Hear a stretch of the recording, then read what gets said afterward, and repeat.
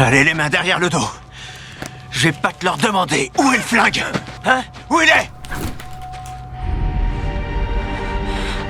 Burgess est complètement sous le choc. La police contacte immédiatement les parents de la victime. En apprenant la terrible nouvelle, la mère exige que la police retrouve le coupable au plus vite. Le père, lui, pose une question au policier. Vous savez s'il a été abusé? Sexuellement?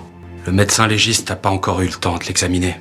Y a-t-il des antécédents de viol dans la famille? Chez vos amis, vos voisins? Il avait une vie parfaite, dans le même quartier que celui où j'ai grandi. Là-bas, il n'y a jamais de problème. Et quand ça arrive, on s'en occupe. L'autopsie confirme que le garçon avait subi des blessures avant sa mort. La police passe rapidement au crible les personnes déjà condamnées pour agression sexuelle. Elle finit par désigner Darren, un nouvel habitant du quartier, comme principal suspect. Mais lors de l'interrogatoire, Darren nie toute implication. Pourtant, les marques autour de son cou le rendent visiblement nerveux. Vous n'êtes plus à Salt Lake, Darren. Asseyez-vous. Un enfant de votre rue a été tué. Et vous êtes à 2 doigts de sérieusement m'énerver. Votre coup, qu'est-ce qui s'est passé? J'ai navigué hier.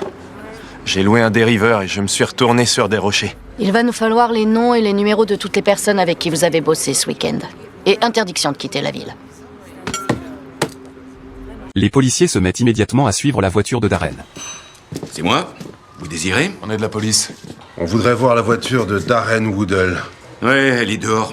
La bleue foncée. Vous le suspectez de meurtre? Ce type m'a toujours mis mal à l'aise. Ah ouais, comment ça? Je sais pas, vous avez jamais eu ce genre d'impression? Si, tout le temps. Mais je bosse avec ce mec-là, alors. Comment vous décririez Darren Woodall? C'est un type super discret. Les tarés de ce genre, ils ont pas le droit de respirer. Il en est conscient. Tout se sait ici à Rogers Park. J'ai inspecté l'intérieur. Tout est nickel. Par contre, dans le coffre, il y a du sang sous le tapis. C'est Woodall. Ils comprennent vite que Darren leur ment. Ils décident alors de perquisitionner son domicile de force. Mais soudain, un homme armé surgit de la maison. Lâchez votre arme! Qui êtes-vous? On est de la police, qui êtes-vous? Le protecteur de Darren Woodall! Si vous voulez rester en vie, lâchez votre arme! Je veux voir votre plaque! Elle est juste là. Me faites pas de mal! Sous un interrogatoire musclé au commissariat, l'homme finit par révéler toute la vérité. Pendant ce temps, Hank soupçonne que la disparition de Darren pourrait être liée aux parents du garçon. La police convoque immédiatement la mère. Écoutez-moi, quoi que votre mari ait fait, vous êtes sa complice, même si vous n'avez pas participé. Il a fait ce qu'un mari doit faire. Maintenant, vous allez me dire où il est. Pour l'interroger. Mais elle nie catégoriquement toute implication. Les policiers retrouvent finalement Darren inconscient. Pendant ce temps, juste avant le meurtre, la voiture de Darren avait déjà été déposée dans un garage pour être réparée. La police comprend alors que les employés du garage sont les véritables responsables. Mais lorsque les policiers arrivent en urgence au garage, le coupable a déjà disparu. Bon, faut qu'on arrive à ouvrir ce congélateur. Ah, très bien.